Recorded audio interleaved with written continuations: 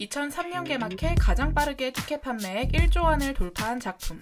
성인들을 위한 동화, 가장 브로드웨이다운 뮤지컬이라 불린 위키드는 개막 10여 년 만에 세계 2위 뮤지컬이 되었습니다. 작품은 주인공인 초록마녀 엘파바와 친구 글린다의 우정, 성장 스토리를 담고 있죠. 서로를 증오하고 혐오하던 둘은 친구가 되어 부당한 현실을 바로잡고자 노력하는데요. 서로를 배척하던 사람들의 화해, 악에 맞서 싸우는 주인공, 자칫 뻔하게 느껴질 수 있는 클리셰입니다. 그런데도 과연 어떤 점이 위키드를 세계 2위 뮤지컬로 자리매김하게 했을까요?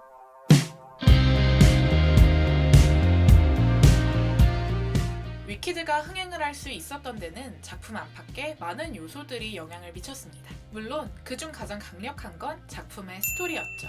뮤지컬 위키드는 그레고리 맥과이어의 소설 위키드 서쪽나라 마녀의 이야기를 원작으로 하고 있어요. 이 소설은 서쪽나라 마녀 엘파바와 북쪽나라의 착한 마녀 글린다의 이야기를 담고 있죠. 맥과이어가 쓴 소설은 무려 6편에 달하는 장편으로 뮤지컬은 이 중 2권까지의 내용만을 차용했습니다. 녹색 피부를 갖고 태어난 엘파바가 서쪽의 나쁜 마녀라는 오명을 쓰기까지의 과정, 그리고 이후 오즈의 마법사에 대항해 서쪽 성에서 전쟁을 벌이는 과정이죠. 그런데 사실 이 소설은 1900년 출간된 소설 오즈의 마법사의 스핀오프예요. 만들어진 지 120년이나 된 책이지만 아마 이 책의 내용은 대부분의 독자가 알고 있을 거예요. 도로시가 회오리 바람에 날려 오즈의 나라에 입성, 두뇌가 없는 허수아비와 마음이 없는 양철 나무꾼, 겁쟁이 사자와 함께 마녀를 물리치고 다시 고향에 오는 이야기죠. 이 이야기는 소설가 라이먼 프랭크 바움이 썼습니다. 바움은 미국의 동화, 영화업계에 엄청난 업적을 남긴 인물인데요. 어린 시절 바움은 약한 심장을 가지고 태어난 탓에 서재에서 조용히 책을 읽는 시간이 많았습니다. 성인이 되고서도 책을 읽고 쓰는 것에 관심을 가지며 소설을 출간하고 뮤지컬 대본을 쓰기도 했죠. 그러던 중 바움은 자신의 장모 마틸다에게 책을 더 써보라는 이야기를 듣게 됩니다. 마틸다는 자신의 책, 여성, 교회, 그리고 국가에서 우리는 그 시대에 가장 과학적으로 발달된 사람을 마녀라고 불러왔다는 증거가 있다고 언급했는데요. 바움은 이에서 영감을 받아 책을 쓰기 시작합니다. 그리고 바움의 44번째 생일날 소설을 출간하죠. 우리가 잘 알고 있는 그 작품, 오즈의 마법사였습니다. 책은 출간하자마자 베스트셀러에 오르게 됩니다. 바움은 책의 인기에 크게 연연하지 않고 있다가 크리스마스 연휴, 가족과의 쇼핑을 위해 처음으로 로열티를 지급받는데요. 그 금액은 무려 34만 2064달러, 하나로 약 3억 7천만 원의 금액이었습니다. 100년 전임을 고려했을 때 엄청난 로열티였음을 알 수가 있죠. 책은 그만큼이나 큰 인기를 끌었습니다.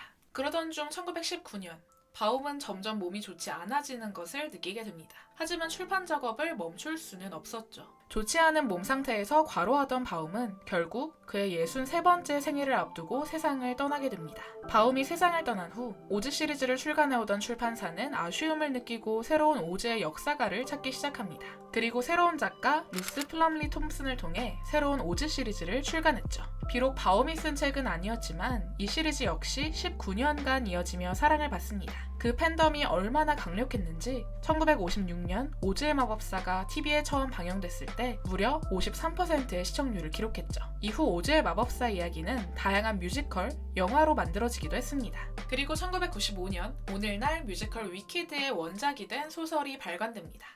바로 그레고리 맥과이어의 소설이죠.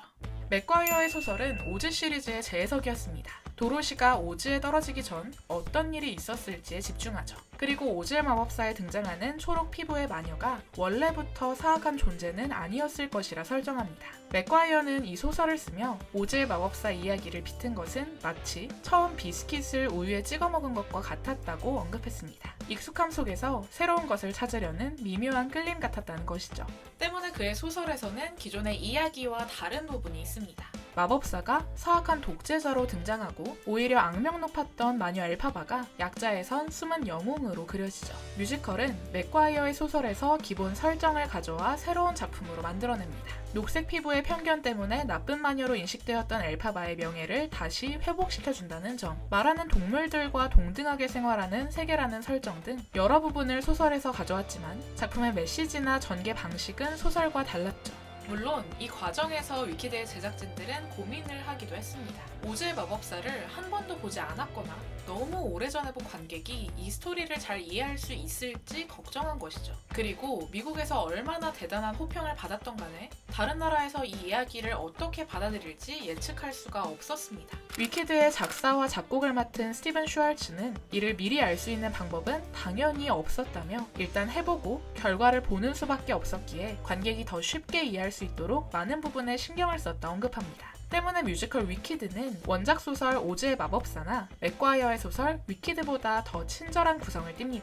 글린다가 버블머신을 타고 내려오는 첫 장면에서 앞에 스토리에 대한 설명을 관객에게 해주죠. 이에 더해 위키드는 방대한 소설의 내용에서 전달하고자 하는 메시지에 집중해 이야기를 많이 덜어냈습니다. 맥과이어는 자신의 소설이 동화로 남지 않기를 바랬기 때문에 다소 어둡고 잔인한 내용도 담겨 있었는데요. 뮤지컬은 이런 내용을 덜어내고 조연이던 글린다를 또 다른 주인공으로 내세우며 새로운 주제를 만듭니다. 사람들에게 인정받지 못하고 항상 혼자인 엘파바의 이야기는 대부분의 사람들이 공감할 수 있는 스토리였고, 엘파바와 글린다처럼 다른 환경에서 자란 두 인물이 서로를 싫어하다가 우정으로 극복하며 변화하는 스토리는 모든 문화에서 강력한 소구를 가진 이야기였습니다. 위키드는 강력한 스토리만큼이나 강력한 성공 요인들이 더 있었어요. 그 첫 번째는 의상입니다.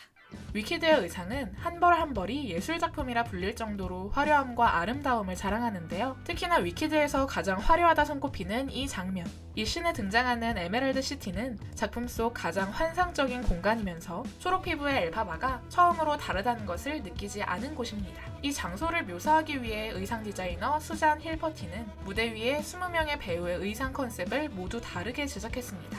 각 의상을 만들 때마다 다른 자아가 된 듯한 느낌이었다고 이야기하기도 했죠. 이뿐만이 아니에요. 뮤지컬 위키드에서는 총 350벌의 의상이 등장하는데요. 비슷한 러닝타임의 다른 작품들과 비교해봤을 때도 대단히 많은 양이죠. 이 중에서도 주인공 엘파바가 입은 검은 원피스는 360겹의 서로 다른 소재 원단을 덧붙여 완성했다고 해요. 또 다른 주인공 글린다의 흰 드레스는 화려한 장식 탓에 무게가 20kg이나 된다고 합니다. 의상과 더불어 위키드에서는 80여 개의 가발이 사용됩니다. 어떤 배우는 공연 동안 한 개에 300만 원에 이르는 가발을 무려 8번이나 체인지하기도 하죠. 의상들의 가격만 한화 약 40억 원을 넘는다고 하는데요. 그 가격만큼이나 화려하고 섬세한 의상 디자인들은 작품의 볼거리를 더하며 그 매력을 한층 더 끌어올렸습니다. 위키드의 두 번째 성공 요인은 넘버입니다. 위키드의 음악은 스티븐 슈왈츠가 작사와 작곡을 맡았어요. 오스카상과 그래미상을 각각 3번씩 수상하고 토니상은 6번을 수상한 뮤지컬계가 사랑하는 음악가죠. 이전의 뮤지컬 가스펠, 영화 포카혼타스를 작곡한 슈왈츠는 위키드를 통해 그의 커리어에 정점을 찍습니다. 저작권 때문에 길게 들려드리진 못하지만 꼭 한번 들어보시길 추천드려요. 그리고 마지막은 무대 세트입니다. 위키드의 무대 세트는 시계의 내부 장치에서 영감을 받아 만들어졌다고 해요. 그리고 이를 드러내듯 쉼없는 움직임을 보여주죠. 공연이 진행되는 약 3시간 동안 무대는 54번 바뀝니다. 그리고 조명은 549번 바뀌죠. 그게 시작을 여는 천장의 타임 드래곤은 12.4m의 길이를 자랑하는데요. 환상적인 이야기를 담은 만큼 황홀한 마법을 담은 듯한 무대 디자인은 극찬을 받았습니다. 위키드의 의상과 무대, 그리고 음악은 우리를 정말 오즈의 세계로 초대하는 듯한 느낌을 주며 많은 관객에게 환상적인 경험을 제공했습니다. 몇백 년간 사람들의 사랑을 받은 스토리 위키드.